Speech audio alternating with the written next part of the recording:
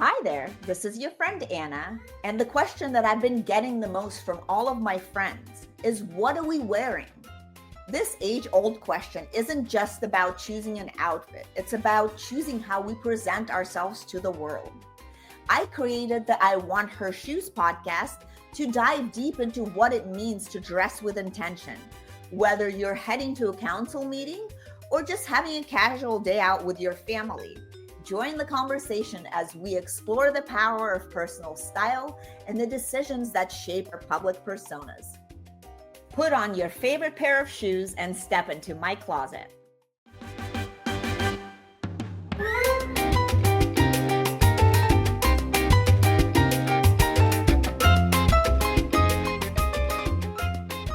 Thanks for having me. Yay. Yay. All right, welcome to another episode of I Want Her Shoes podcast. Today we're really excited to introduce Ella Muradyan. Muradyan, a powerhouse in the world of finance compliance. As a certified financial crime specialist for global banks, Ella brings in-depth understanding of anti-money laundering, fraud, bribery, and corruption. Sounds so exciting, I know.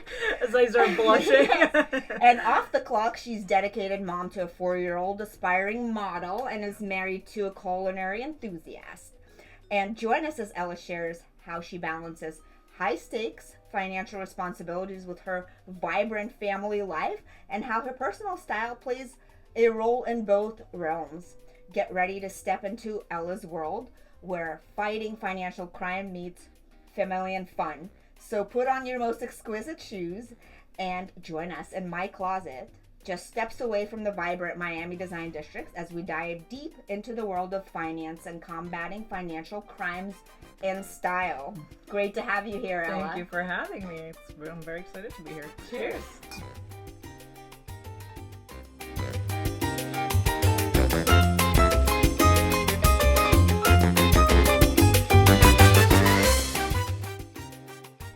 So, Ella, can you please tell us a little bit about you and where you grew up in your family, etc., and so our listeners can get to know a little bit about you? Sure. So I'm Armenian. I was born in Armenia, and I moved to New York when I was 11 years old. I spent most of my life in New York. I'm a New Yorker. And, Fabulous! yeah. And we moved to Miami about 2 years ago now. With COVID and with my daughter, I couldn't do it in New York anymore. It was getting a little too much. So we packed our bags and here we are. Yay, welcome. And I think I Thank actually you. met you as I moved here. Yeah. So yeah, we met through a mutual friend of ours, and I'm really glad, that we've hit it off. Yes. Yeah. And you have such an interesting background, and I want to learn more about your complex background and how you really navigate the world of counterterrorism financing, and how do you reflect your professional rigor in your personal style as well. Yeah. So work and personal style, how do you navigate those Sure, two? I think they sort of go hand in hand, right? Because my work is, in my line of work, you have to be very precise and disciplined. And, that translates into my personal style. And, my wardrobe and my demeanor are always intentional. You have to be polished, you have to be structured, and, I like everything that is classics, in the sense of like structured suits, and that conveys authority, but Right. also with a touch of femininity. I love the color pink. Yes. Who doesn't like Who pink? doesn't Is there like somebody pink? out there? Let us know. And you just kind of started talking a little bit about it, and in your line of work, can you actually wear pink? Yes, yes, And is that yes, how's that yes. received? That's awesome. Do you stand out? I do 'cause would stand out. imagine I'm like finance is Elle like Woods. Yes, look, there she is right there. Yes, oh my God, yes. I was definitely, when I first started my career, I worked at a very, very, prestigious law firm, and everything was, black and navies and grays, and I was definitely an eyesore, with my, pink pencil skirts and the Chanel tweeds or whatnot that I had hand-me-downs from my grandmother. But definitely, I definitely have stood up from the corporate world, and I still do it. You know, I still challenge the status quo. I don't think that we should be just wearing navy and black and colors. Yeah, I Colors agree. fun, and why not?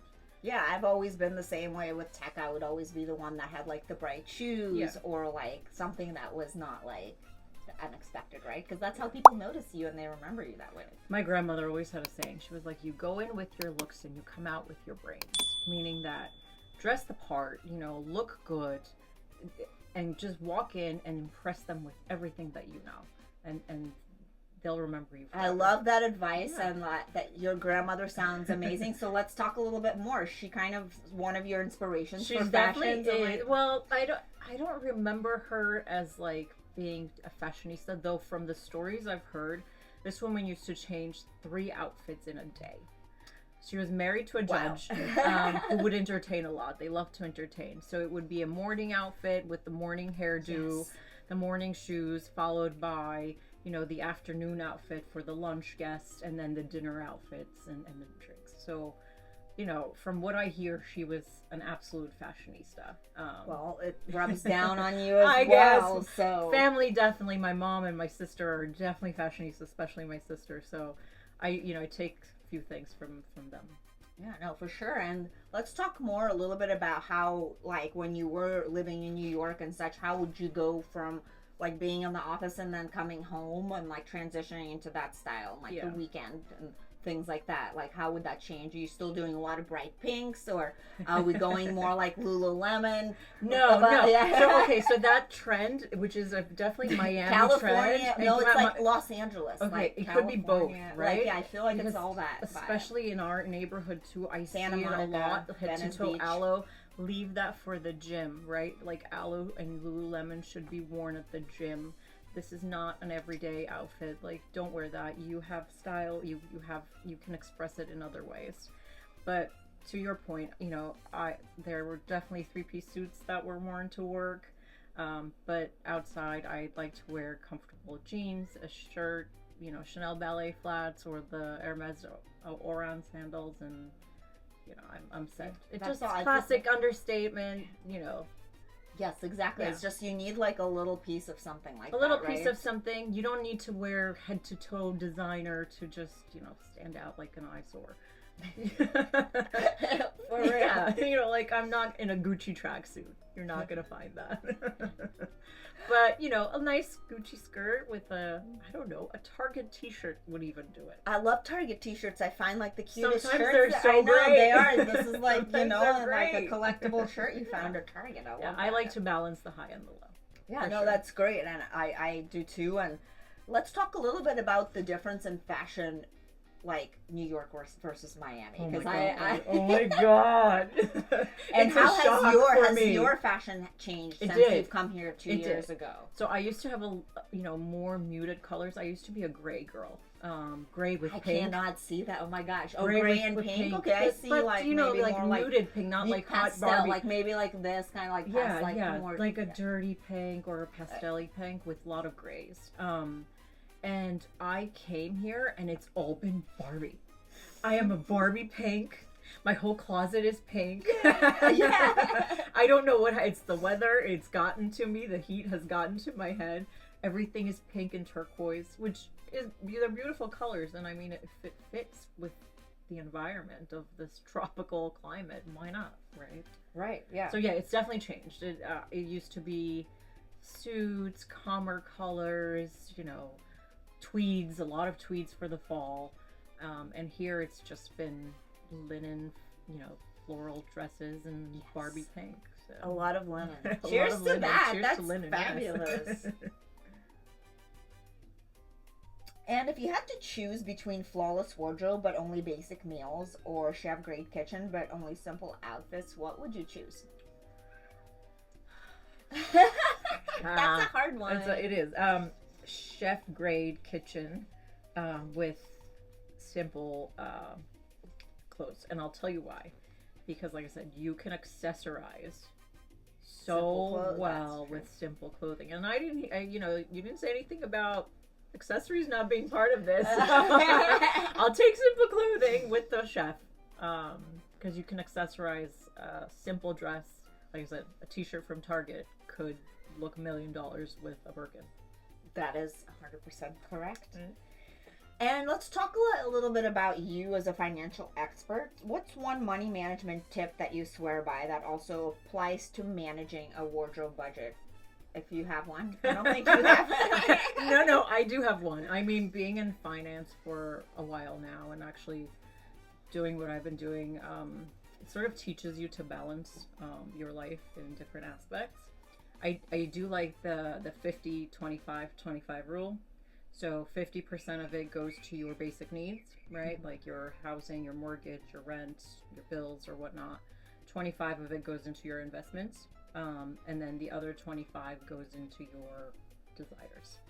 Now, shopping budgets, which that or 25, vacations. So how do you divide that 25 into like vacations versus like shopping? If you're smart, right? So you do your 25 that you've invested. You could take some of that investment out and use it for your, luxuries. Right. Now. Sometimes what I do is I do 25, 25, 50, but not all the time, or else my husband would go crazy. But yeah, we do balance it out. That it's usually 50 of everything else, and then 25, 20. But the last 25 that you are spending on your goodies, spend it in an investment mindset, right? Like, don't buy stuff Hear that, ladies? Yeah. Gold, biggest thing now, right? Put that 25 toward maybe a piece of jewelry that is gold, or buy a pair of shoes that you could then resell if you're tired of it on Real or something like that. Or maybe even buy a Birkin. Do you think that's a good investment? Great investment, up 14%, highest rate of return. I saw more than it. Yes, buy a Birkin. If you can get an SA to sell you a Birkin, you need a Birkin. Yes. You hear, ladies? There you go. Sorry. Coming from somebody in finance, it's not a bad investment. I mean, they're horrible bags. They're very heavy. You can put a lot of stuff in there, but your arm's going to be killing. I don't have one just because I don't really like the way they look, to be honest. Like I feel like, I mean, for me, like growing up again, as somebody like that grew up like here, I thought like only older women. Ladies. Yeah, like my grandma. Yeah. She did not have one. She I guess that wasn't really. She was in Germany. It wasn't really like She had more Louis Vuittons and Chanel, but. But I know that's what I thought, like... Definitely an older lady. Like an older lady. Older Upper East Side. Like 65 plus. Has already had all the work done. Yes, that's what I thought of was, like, who would have a Birkin. So for me, it wasn't something like... I wasn't, like, trying to buy one or anything, you know what I mean? But, I mean, if it's a good investment, I'll take one. Think of it this way. If you get it from the store, you're buying it for, like, $5,000-$6,000, right? Then you go to sell it. Is it really still only $5,000-$6,000? I don't know how much it is now, but 35. No, 35,000. It's like you can later. sell it for so much more. Like I think the basic 35 centimeter ones are going for 11,000, 15,000. Yeah, that's crazy. 17,000. Yeah. Something like that. Ridiculous. If you want a new one, or I think I saw the one that looks like a little house. It's like literally as much as a house. It's like $250,000. That's a house. No, it is a house. Which is ridiculous. But it's not gonna go more than a house, though, guys. So that's I think it has to be the right amount.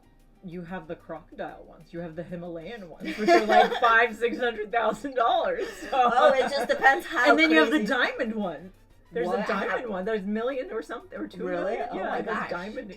If you really need to add that to your collection. I don't think I'm ever going to be in that point to add that in my collection, but... I would be too scared to use, as you mentioned, like the shoes, some of the shoes, I'm too scared to wear them. Like, then, like, what?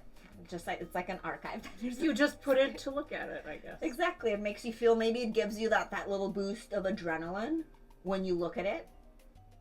It better be giving you a lot of adrenaline. You better be like getting like unicorn, like whatever vibes from them. For sure. All right. Well, I'm really excited about this next part, as you have to share about what you brought for us, and Please, So let's tell us about the shoes, the story, So and these are my wedding shoes, and they were bought by my mom in New York from Bergdorf Goodman, and they are the Hengisis. Hengisis. Yes, these are popular among our guests. They are, but these are the original Sex and the City ones. And when Sex and the City movie came out, Manolo Blahnik went to Bergdorf Goodman, and signed my shoe. It says to Ella from Manolo Blahnik. So I have the original Hengisis signed by in blue. The one and only I'm in gonna blue. Have to, even though you're bigger than me, I'm gonna have to try those on. Quick They're and you know what? I have worn these babies. I mean, you could see they're scratched. But so sides, you use that adhesive that you so talked about? I do have them sprayed, so they didn't get dirty. You know See, what it's you just could like do a though scratch. with this later is you could literally have them studded all the way blue. All the way. Do you know how beautiful that would be? Oh, it could be. Yeah. Like I know a woman that does that. Oh, yes. well, there you go. And that would look so amazing. Yeah. Yeah, but no, this is an amazing story. So this is, you know, who these else are has mine. that? I mean, this is like Yeah, literally and I actually one have in a million. I have a poster of the shoes that are signed that's hanging in my hallway too. So and it's a great story, and Manolo makes some of the best shoes. I feel like his shoes have always really been comfortable. So comfortable. Like they are. You could literally you Out could of wear this for all like, day. all day. I mean, I wore them. I ran with them. I walked all around Manhattan with them. You know, they're so comfortable. Yeah. Bravo to Manolo. Thank you, Manolo. You know, Yes. have you been to the new boutique yet? Not yet. We have to go. We have to go. Why don't we go after this? Sure. Yes. We'll be there. Yeah. All right. Well, the last part of this is the fun part. I'm going to ask you this or that. So you pick one that comes to you first. Briefcase or tote bag? Neither. A Birkin. I like that. Power suit or casual Friday? Power suit. Home cooked meal or fine dining? Both. Early bird or night owl? Early bird. I wake up at 4:30 in the morning. Well, I can call you that because you and I are together for this. Cash or card? Card with rewards. With rewards, 100%. Yeah. Coffee or tea? Coffee. Podcast or playlist? I'm on a podcast, but a playlist. Yes. Workshop or webinar? Neither. I've been to way too many of those. That's right. Yeah, Yeah, one in-person yeah. trainings. No. Pencil skirt or wide leg trousers? Pencil skirt. Yes, I can see that. City break or beach vacation? So now that we've been living in Miami, I say a city break because we're always at the beach. Yeah, like right right there. Yeah, exactly. Concert or theater? Concerts. Spicy or mild? Spicy. Yeah. Well, Ella, thank you so much for sharing your insight and experiences with us today. Your expertise in counterterrorism financing, your personal stories as a mother and partner have added such a rich layer to our conversation. And to our listeners, thank you for joining us on this special episode of our One Her Shoes podcast. And remember that style and substance are not just about clothes we wear, but also about the impact we make in our professional and personal lives. And tune in next week on the next episode for more conversation about fashion, luxury, and leadership. And don't forget to follow and subscribe on your favorite podcast platform and stay updated on our latest episodes. And keep embracing your style with sophistication and flair, babes. Woohoo. Bye. All right, now you're going to get to pick out the shoes. Okay. You know which ones I'm going for. I know! I mean, how Yes, amazing girl. are these shoes? Like, come on, look at this. No, Like, I mean, they're like, I and feel they're like they they're were not kind that of heavy. Like, they're not. I They're figured not. they would The be only heavy. like scary thing is you could like, But yeah. you should always walk on your tiptoes, or like really on the heel, right? So Yeah. you don't. Yeah, these are. Yeah. It was easy for her. Pink. All right, well, now keep them with you. I'm Okay. gonna take a Take a picture. Polaroid, Okay. and we're gonna take a picture together. Up. Okay. Yay! This is so awesome.